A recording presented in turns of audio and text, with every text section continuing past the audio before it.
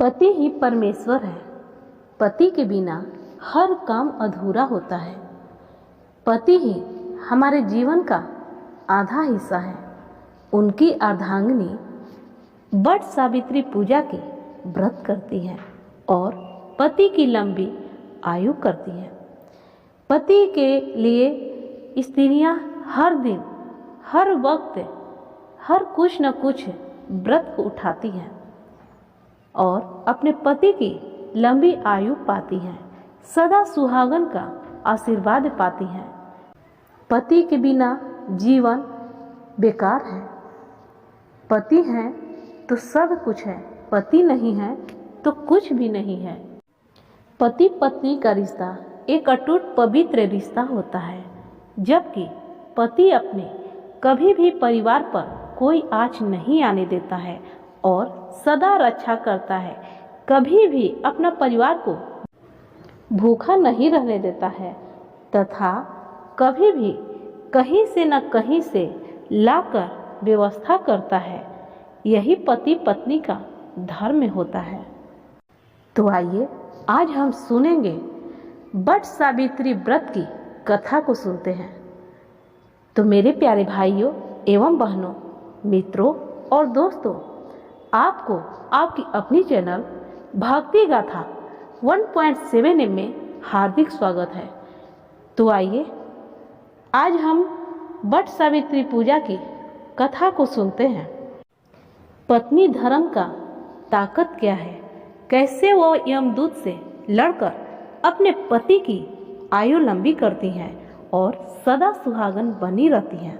तो आइए सुनते हैं। वट वृक्ष का पूजन और सावित्री सत्यवान की कथा का स्मरण करने के विधान के कारण ही यह व्रत वट सावित्री नाम से प्रसिद्ध हुआ है। सावित्री भारतीय संस्कृति में ऐतिहासिक चरित्र माना जाता है। सावित्री का अर्थ वेद माता, गायत्री और सरस्वती भी होता है। सावित्री का जन्म भी विशिष्ट परिस्थितियों में हुआ था। कहते हैं कि भद्र देश के राजा अश्वपति के कोई संतान न थी। उन्होंने संतान की प्राप्ति के लिए मंत्रों का उच्चारण के साथ प्रतिदिन 1,00,000 आहुतियाँ दी। 18 वर्षों तक यह कर्म जारी रहा। इसके बाद सावित्री देवी ने प्रकट होकर वर दिया कि राजन, तुझे एक तेजस्वी कन्या पैदा होगी। सावित्री देवी की कृपा से जन्म लेने की वजह से कन्या का नाम सावित्री रखा गया। कन्या बड़ी होकर बेहद रूपवान थी। योग वर न मिलने की वजह से सावित्री के पिता दुखी थे। उन्होंने कन्या को स्वयं वर तलाशने भेजा। सावित्री तपोवन में भटकने लगी। वहाँ सालों देश के राजा धूम्रसेन रहते थे, क्योंकि उनका राज्य किसी ने छीन लिया था। उनके पुत्र सत्यवान को देखकर सावित्री ने पति के रूप में उनका वरण किया। कहते हैं कि सालों देश पूर्वी राजस्थान या अलवर अंचल के इर्द गिर्द था। सत्यवान अल्पायु थे। वे वेद ज्ञाता थे। नारद मुनि ने सावित्री से मिलकर सत्यवान से विवाह न करने की सलाह दी थी, परंतु सावित्री ने सत्यवान से ही विवाह रचाया। पति की मृत्यु की तिथि में जब कुछ ही दिन शेष रह गए, तब सावित्री ने घोर तपस्या की थी, जिसका फल उन्हें बाद में मिला था।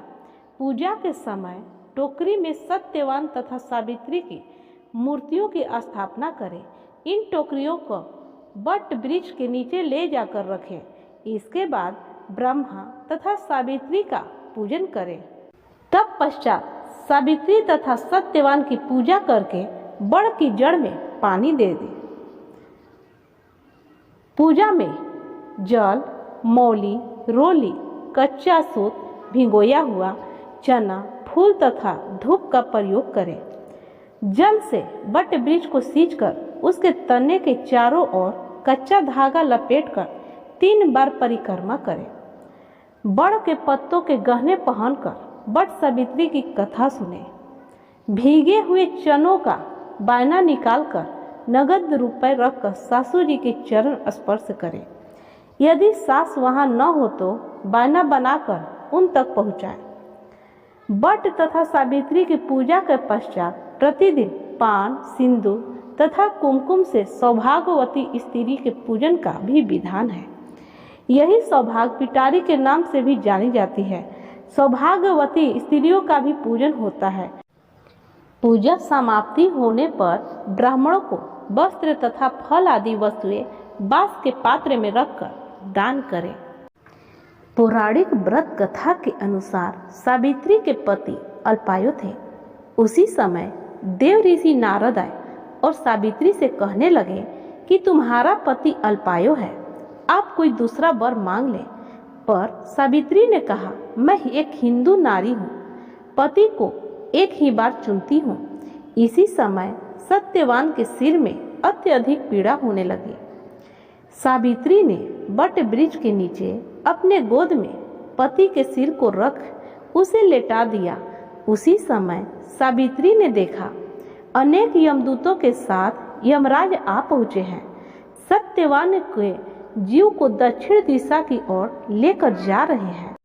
यह देख सावित्री भी यमराज के पीछे पीछे चल देती है।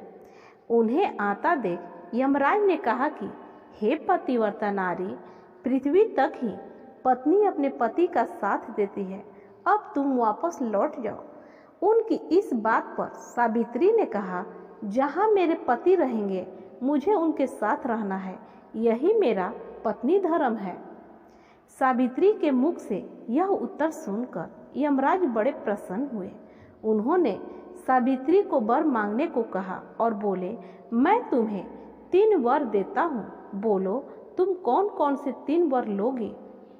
तब सावित्री ने सास ससुर के लिए नेत्र ज्योति मांगी, ससुर का खोया हुआ राज्य वापस मांगा एवं अपने पति सत्यवान के 100 पुत्रों की मां बनने का वर मांगा।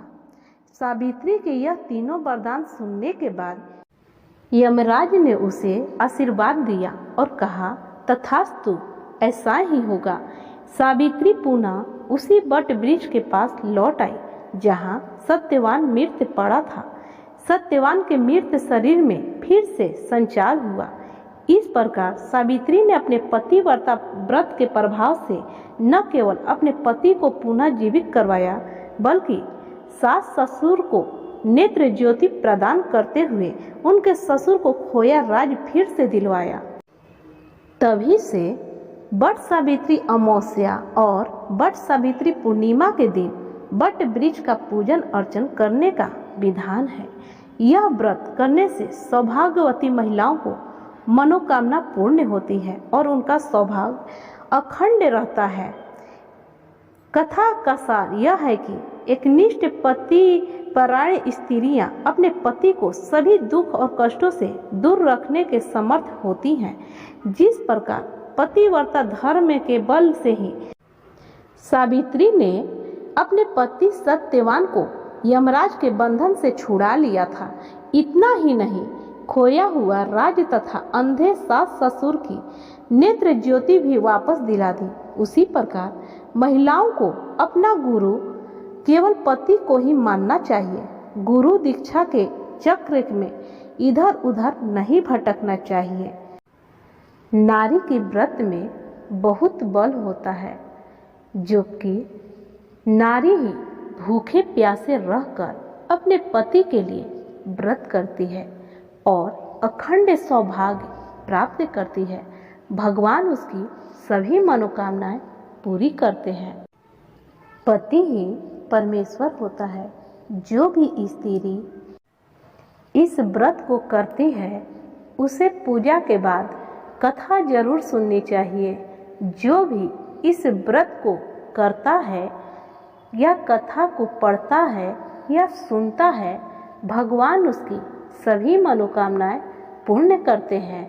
सदा सुहागन का आशीर्वाद मिलता है, अखंड सौभाग्य रहता है, उसके घर से सभी दुख दूर हो जाते हैं। जय सत्यवान, जय मां सावित्री की जय।